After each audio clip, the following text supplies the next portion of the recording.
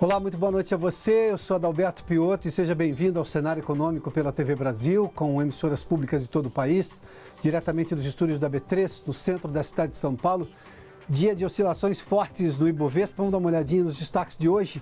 Tensão para economias emergentes, isso foi tudo provocado pela Turquia. Há uma instabilidade política e econômica no país, que é aliado dos Estados Unidos. Mesmo assim, o governo de Donald Trump aplicou uma tarifa ainda maior sobre o aço e alumínio importados da Turquia, o que deixa a situação da economia turca ainda pior. E por ser uma economia emergente, acaba contaminando outras economias emergentes pelo mundo.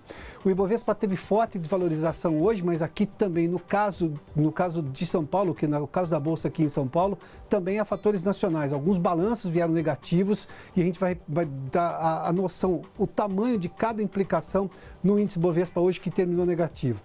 Um perfume importado pode ter quase 80% de impostos. A gente tem uma lista aqui de alguns presentes possíveis para o Dia dos Pais e o quanto tem de imposto em cada um deles. A gente vai mostrar isso tudo depois. E no estúdio a gente fala sobre energia com o Rodrigo Pedroso, sobretudo nesse momento de, apesar de tudo, de crescimento do país este ano e do ano que vem, há toda uma demanda por energia. A gente fala disso tudo do mercado livre de energia aqui no Cenário Econômico, que já está no ar.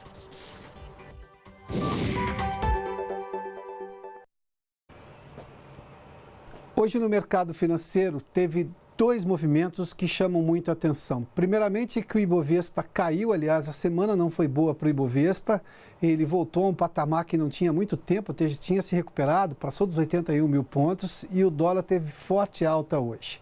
Isso tudo tem duas explicações, uma no cenário externo, e é o caso da Turquia hoje. A Turquia tem uma situação delicada e também tem balanços de empresas brasileiras negociadas aqui na Bolsa e que, claro, vieram negativas, puxaram o índice para baixo e isso reflete, evidentemente, na conta do final do dia e também durante a semana. Apesar que ontem os bancos tiveram lucros e tudo mais, mas o lucro pode ter sido menor, ou seja, o investidor sempre olha com de uma outra maneira. Mas vamos primeiramente a essa questão da Turquia, porque ela afeta qualquer economia emergente no mundo. O caso dos turcos é que eles vivem praticamente sob uma ditadura hoje do presidente Tayyip Erdogan, que chegou a sofrer um atentado, chegou a sofrer, uma tentativa de golpe há coisa de 2 anos. No comando do país é um governo que não tem conseguido estabilidade econômica. Na verdade, a moeda, a lira turca tem perdido valor. Só hoje perdeu 18% do valor. No ano, é uma desvalorização de 40% frente ao dólar. Hoje, Erdogan chegou a pedir, inclusive, que os turcos vendessem dólar e ouro e comprassem a lira turca justamente para tentar valorizar a moeda que estava perdendo seu valor. Sobretudo porque o presidente Donald Trump anunciou uma tarifação ainda maior sobre o aço e o alumínio importados da Turquia, o que deteriora a relação com um aliado, porque a Turquia faz parte da OTAN. E é exatamente, digamos, um aliado ali naquele momento que interessa aos Estados Unidos, porque ao redor da Turquia há, digamos, países com estabilidade política não tão favoráveis aos Estados Unidos e com risco maior de trazer problemas.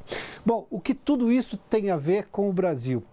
Tem a ver que a Turquia é uma economia emergente e quando se fala de economia emergente que passa por instabilidade, acaba afetando o desempenho de outras economias emergentes, como é o caso da economia brasileira, que tem uma situação econômica, uma situação muito melhor do que a Turquia, que tem uma situação política, mesmo no ano eleitoral, de muito maior estabilidade. Nós temos as instituições brasileiras funcionando plenamente. As discussões aqui, por exemplo, é se faz sentido o Supremo se dar um aumento de salário num momento de contas públicas mais apertadas. Mas, ou seja, nós temos a absoluta estabilidade política nesse momento. Nós não temos uma afronta a qualquer princípio constitucional no país.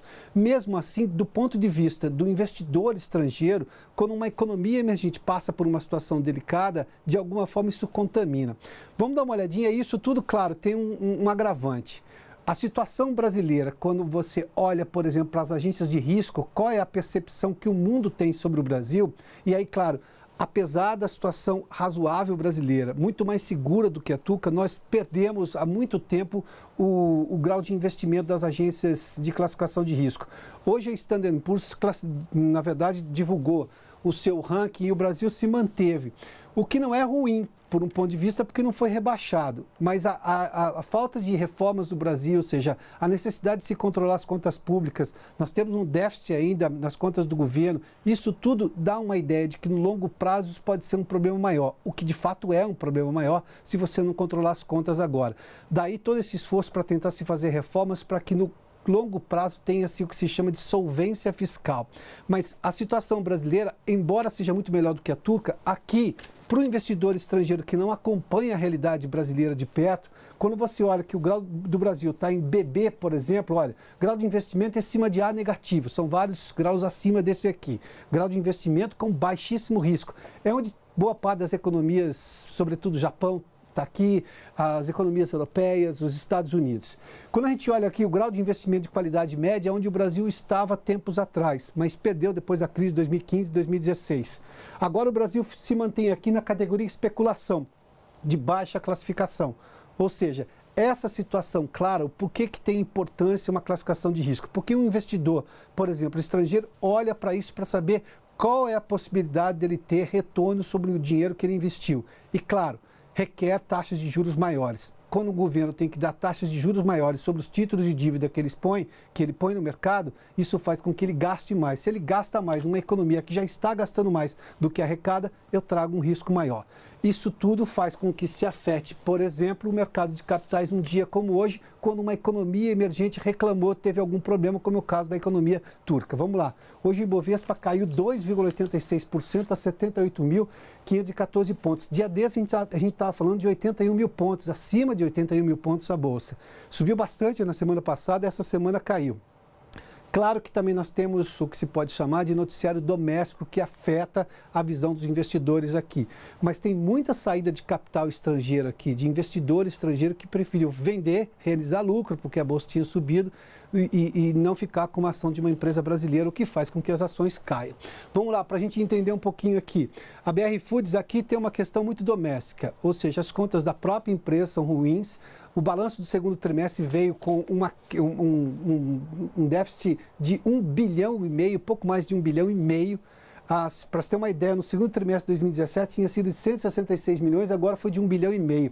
Ou seja, é 846% superior o déficit deste ano, do segundo trimestre deste ano, em comparação ao trimestre do ano passado. Ou seja, a empresa tem problemas aqui e é uma empresa negociada do Ibovespa. Como ela teve uma queda de 6,41%, ela tem um determinado peso no Ibovespa e isso ajuda a puxar o Ibovespa para baixo. As ações foram negociadas a R$ 20,44. Vamos lá, tem mais uma ação aqui negociada no Ibovespa. As ações da Uzi Minas. Aqui tem um problema muito claro, aqui foi exatamente a explosão de um gasômetro na cidade de Patinga, lá em Minas Gerais, há 30 feridos. Esse, obviamente, é o principal problema a ser enfrentado no momento. Mas quando eu tenho, por exemplo, uma parte da empresa que sofre um dano que vai comprometer a produtividade dela, eu tenho no longo prazo, só por essa razão, uma perda de possibilidade de ganho que essa empresa vai ter lá na frente. A produtividade dela será menor. Além do que a empresa pode sofrer sanções ambientais de órgãos reguladores ambientais com relação justamente aos feridos para cuidar dessas pessoas. Isso tudo é um custo e, obviamente, diminui a possibilidade de ganho da empresa. Aqui nós tivemos uma queda de 7,27%, chegou a ser maior durante o dia, quase 9%, a R$ 7,27 a ação. Isso tudo altera e leva para o que se chama do ativo de, digamos, para fugir do risco. Quando o investidor tem receio de determinada ação, ele vai lá e compra dólar, vende ação e compra dólar para ter um ativo de segurança, para usar uma expressão da economia. O dólar é uma moeda aceita no mundo inteiro, a principal moeda do mundo. O dólar teve alta de chegou a 3,86, alta de 1,59, chegou a ser bem mais alta durante o dia. Essa alta superou os 2%, mas quase 3%, mas terminou em alta de 3,86. Isso para a gente entender exatamente o que aconteceu hoje no mercado. Uma outra informação ainda do mercado de capitais é que o Banco Central autorizou a compra da XP Investimentos num negócio que já estava sendo discutido pelos órgãos reguladores há muito tempo. Mas há restrições e a Vanessa Casalino está conosco aqui em São Paulo e tem informações sobre quais são essas restrições desse negócio da compra da XP pelo Banco Itaú Unibanco. Vanessa, boa noite. Oi, Piotr, boa noite para você, boa noite a todos. Essa compra de 49,9% da XP Investimentos pelo Itaú foi anunciada em maio do ano passado e aprovada pelo CAD, o Conselho Administrativo de Defesa Econômica, que cuida de preservar a concorrência nos mercados. Hoje, o Banco Central aprovou essa operação, mas com restrições, como você disse. A XP é uma corretora de valores e, por determinação do BC, a independência dela vai ter de ser mantida. Além disso, o Itaú Unibanco não vai poder adquirir o controle da empresa no futuro, o que estava previsto no acordo inicial. Esses 49,9% equivalem a 30,1% do capital votante e também a ações preferenciais. Segundo o Banco Central, o Itaú Unibanco injetou 600 milhões de reais no capital da XP com a transferência de ações dos atuais acionistas para os acionistas do banco. Mas ainda de acordo com o Banco Central, só vai ser possível ao Itaú adquirir participação adicional a partir de 2022, isso de 2,5% do capital total da empresa. Nesse caso, a aquisição vai ter de ser submetida de novo ao Banco Central. Esse acordo tem vigência de 15 anos no que se refere às medidas para preservar a independência da XP e também para impedir o acesso à base de clientes. Se houver descumprimento, o Itaú pode ter de pagar multa de 2 bilhões de reais e a XP de 500 milhões de reais. Piotr. Muito obrigado, Vanessa. Vamos fazer só um resumo desse caso da XP. A XP, quando apareceu, cresceu muito e ela estava sendo exatamente o que se pode chamar de uma concorrente para os grandes bancos. Oferecia produtos semelhantes, com custo menor do que os grandes bancos, com rentabilidade maior do que os grandes bancos. O que aconteceu? Um grande banco foi lá e comprou a XP. Só que agora, por essa determinação agora, tanto do CAD quanto do Banco Central, não pode o Itaú Unibanco ter controle da XP, porque daí seria uma concorrência desleal a qualquer outro tipo de serviço. Ou seja, a fintech, aliás, nesse caso gigante que é a XP, apareceu maior e a ponto de incomodar os grandes bancos que foram lá e compraram, mas a participação não pode ser superior a 50% e não pode ter controle. Aliás, 49,9% é o máximo que o Itaú pode ter da XP Investimentos. Bom, vamos lá, só para ver a tela do Itaú, está aqui, ó. O Itaú hoje caiu, dada essa decisão, uma das razões, evidentemente, mas caiu 3,63% hoje a R$ 43,23 a ação do Itaú Unibanco negociada aqui na Bolsa de Valores de São Paulo. Bom, nós temos mais uma pesquisa que mostra o quanto que a greve dos caminhoneiros ainda influencia nos números da economia. Os dados são de junho, evidentemente o mês seguinte à greve, que foi em maio, 11 dias em maio, mas quando a greve não tornou negativos os índices, ela no mínimo freou crescimentos, como é o caso do comércio. E o Marcelo Castilho está conosco no Rio de Janeiro, tem informações que foram divulgadas hoje pelo IBGE. Marcelo, boa noite. Boa noite, Piotr. Boa noite a todos. O volume de vendas do comércio varejista brasileiro caiu 0,3% em junho deste ano, na comparação com maio. É a segunda queda consecutiva do indicador, que já havia recuado 1,2% em maio, em comparação com abril. Os dados são da pesquisa mensal de comércio divulgada hoje pelo IBGE. O volume de vendas caiu 0,1% na média móvel trimestral, mas apresentou alta de 1,5% na comparação com o junho de 2017, alta de 2,9% no acumulado do ano e alta de 3,3% no acumulado de 12 meses. A queda na passagem de maio para junho foi provocada pelos setores de supermercados, produtos alimentícios, bebidas e fumo, que marcaram menos 3,5% e que interrompeu trajetória de 2 meses em alta. Também teve impacto a queda de 1,9% de combustíveis e lubrificantes. Foi o segundo recuo seguido. Entre os 8 segmentos do comércio varejista, 5 tiveram alta no período, com destaque para móveis e eletrodomésticos, com crescimento de 4,6%. Equipamentos e materiais para escritório, informática e comunicação teve elevação de 4,1 pontos percentuais. Também cresceram os setores de outros artigos de uso pessoal e doméstico, tecidos, vestuário e calçados e artigos farmacêuticos, médicos e de perfumaria. O segmento de livros, jornais e papelaria manteve em junho o mesmo volume de vendas de maio. O varejo ampliado, que inclui também os segmentos de veículos, motos e peças e de materiais de construção, cresceu 2,5% de maio para junho, devido a altas de 16% no setor de veículos e de 11,6% nos materiais de construção. Piotr.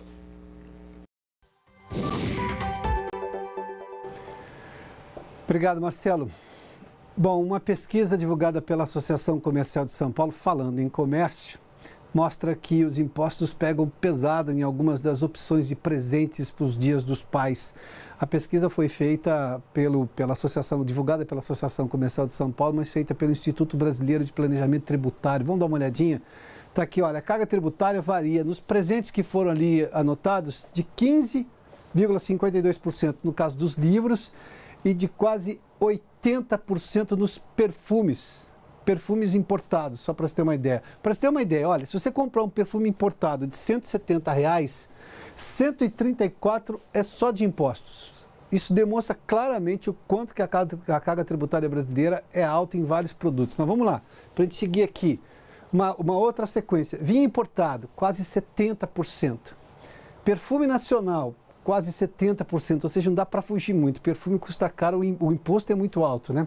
Vinho nacional, 54,73% de imposto. Ou seja, se você comprou um vinho de R$100, nós estamos falando de um vinho bem caro, né? Vamos lá, mais da metade é imposto. Mas se for um vinho de R$30, por exemplo, você está pagando mais de R$15 só de impostos.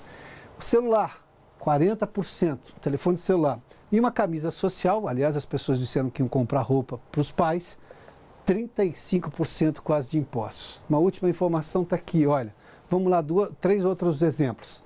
Televisor, 44%, quase 45% de impostos. Ou seja, custou o quê? R$1.000 o televisor? Nós estamos falando de R$450 de impostos. Almoço, um jantar no restaurante, que é uma opção barata, se a gente olhar para o tamanho do imposto. 32%. Ou seja, a conta ficou R$200, R$100, 32% de imposto. E o cinema, se você preferir um cineminha, é 20% de imposto. Agora, isso aqui é só imposto, precisa saber o custo do restaurante, o custo do perfume que você comprar. Se você vai a um restaurante muito caro, aí o imposto não vai ser o culpado, vai ser a conta do restaurante mesmo. Bom, vamos fazer um intervalo, daqui a pouco a gente fala sobre o mercado de energia. Nós temos uma previsão de crescimento do país este ano, o ano que vem um pouquinho mais, e obviamente é necessário ter energia sobrando, com oferta boa para atender a demanda. A gente faz um intervalo, a gente volta em instantes aqui no Cenário Econômico. Já de volta com o Cenário Econômico para falar sobre energia, aliás, os desafios brasileiros para suprir a demanda. Nós estamos já na bandeira vermelha, você está pagando mais caro por isso. Hoje a bandeira vermelha 2, ou seja, aquela que você paga 5 centavos a cada quilowatt consumido. A gente vai falar sobre isso aqui a cada 100 quilowatts, é isso, né, Rodrigo? Exatamente. Rodrigo Pedroso está conosco. Rodrigo, seja bem-vindo aqui ao Cenário Econômico. Muito obrigado. Eu fiz menção aos desafios porque a gente está num momento de crise, ou seja, eu tenho uma demanda, eu não digo reprimida, mas ela está esperando para acontecer. E mesmo assim eu já estou com a bandeira 2, ou seja, eu estou usando as termoelétricas. Eu estou com um problema de oferta de energia no país hoje? Sem dúvida, Piotr. As termoelétricas, que são energias emergenciais, que foram planejadas lá em 2001, quando do apagão que o Brasil passou, elas estão sendo despachadas na base. Isso mostra que o Brasil não tem se planejado bem pela modicidade tarifária. Hoje nós estamos com o preço de liquidação das diferenças, que é o PLD, o preço máximo, que estamos atingindo o patamar máximo. Hoje o ONS divulgou pela 5ª semana seguida o preço de R$ 505. Isso é o preço que o ONS divulgou, porque o custo marginal de operação, esse já beira os R$ 800, em função da quantidade de termoelétricas que têm sido despachadas, em função também da crise hidrológica pela qual o país vem passando. Mas as fontes todas alternativas de energia, eólica, térmica e tudo mais, não estão conseguindo suprir, porque, óbvio, eu tenho um problema hidráulico hoje no país. Sim. Eu tenho um problema hídrico gigantesco. Aliás, eu tenho um problema de fornecimento de água para beber. A questão da energia é um outro problema. Mas a gente não está conseguindo suprir com outras fontes alternativas? As fontes alternativas têm contribuído, mas muito pouco. O que a gente precisa, de fato, é que o governo federal, que os órgãos de planejamento do setor de energia entendam que as matrizes, as energias renováveis, que elas venham a operar na base do sistema e não marginalmente como elas têm operado. Hoje, quem tem operado na base do sistema são as termoelétricas. Quando você diz operar na base do sistema, é o que exatamente? O Brasil é um país que tem na sua matriz elétrica, na sua grande produção de energia, as hidrelétricas. 65% da energia produzida no Brasil advém das usinas hidrelétricas de grande porte. Quando se tem uma crise hídrica, o que o ONS faz com o Operador Nacional do Sistema? Ele segura a água nesses reservatórios para que ele possa passar pelo período seco com maior tranquilidade.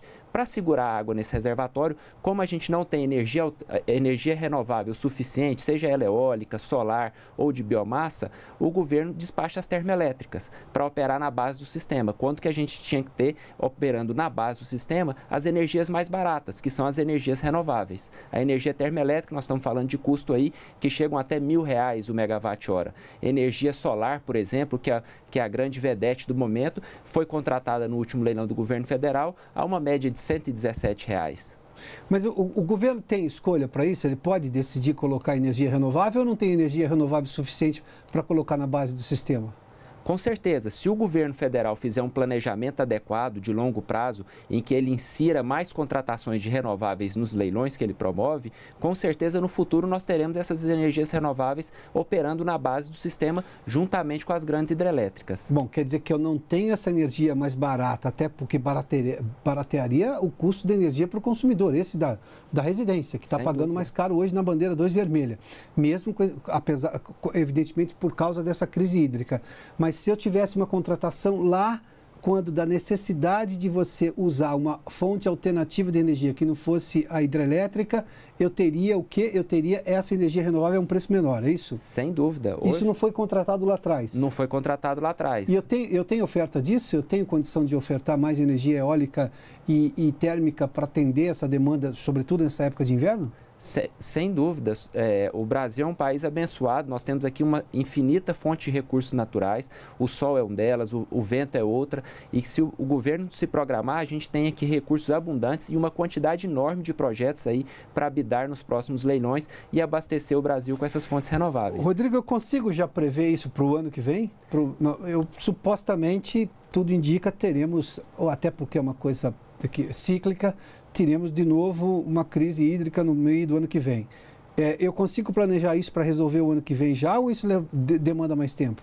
Isso demanda um pouco mais de tempo, mas de fato isso tem que ser iniciado. Claro. O governo tem que ser... Esse é o drama brasileiro, não se inicia as coisas. Exatamente, Piotr. Eu sou engenheiro por formação, mas como filho de sociólogo e professor, eu me procuro me aprofundar um pouco mais em alguns assuntos, fazendo um paralelo na energia, o que a gente acabou de viver no Brasil, por exemplo, com a greve dos caminhoneiros, é um fenômeno aí que foi teorizado pelo sociólogo Durkheim, que diz que a sociedade ela viola algumas regras para poder atingir suas metas. A gente vê isso muito próximo do setor elétrico hoje. Não faz sentido o consumidor, que equivale ao contribuinte no Brasil, porque nós somos mais de 200 milhões de brasileiros e o país é praticamente universalizado no atendimento de energia elétrica, ele pagar e ter reajustado a sua conta de energia, a sua conta de luz em mais de 15%. Minas Gerais, a CEMIG chegou a reajustar em mais de 20%, enquanto com a inflação no país que a gente viu de 2,9%.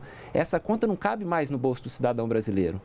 Aliás, a inflação agora do mês de julho, a maior parte do 0,33 que subiu, 0,20, ou seja, 0,2 é só da energia elétrica.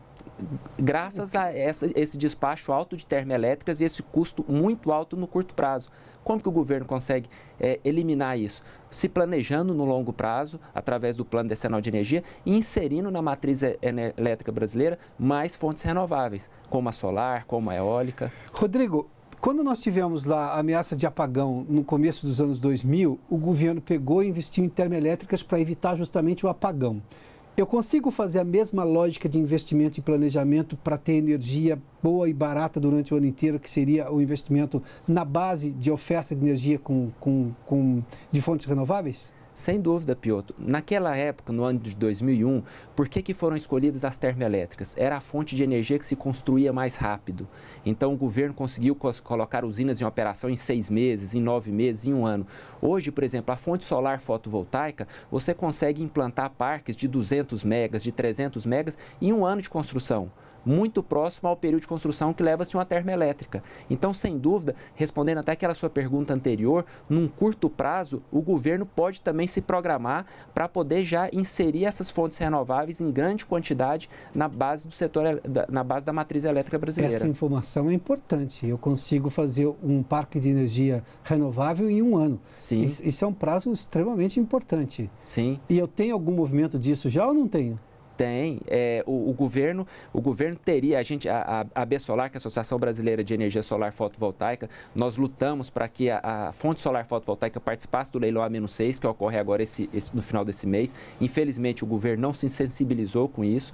A gente tem lutado para que a fonte solar seja mais, participe mais contundentemente nos leilões de energia solar, mas o que a gente vê, infelizmente, na contramão disso, é, por exemplo, a EPE, Empresa de Planejamento de Energia, defendendo termoelétricas no Nordeste. Isso a gente não pode concordar. Onde tem um sol e um vento de qualidade gigantescos, né? Exatamente. O sol que sempre assolou o povo nordestino hoje é sinônimo de esperança, não só para o povo nordestino, que se beneficia com isso, mas também para o cidadão brasileiro que vai ver sua conta de luz reduzida.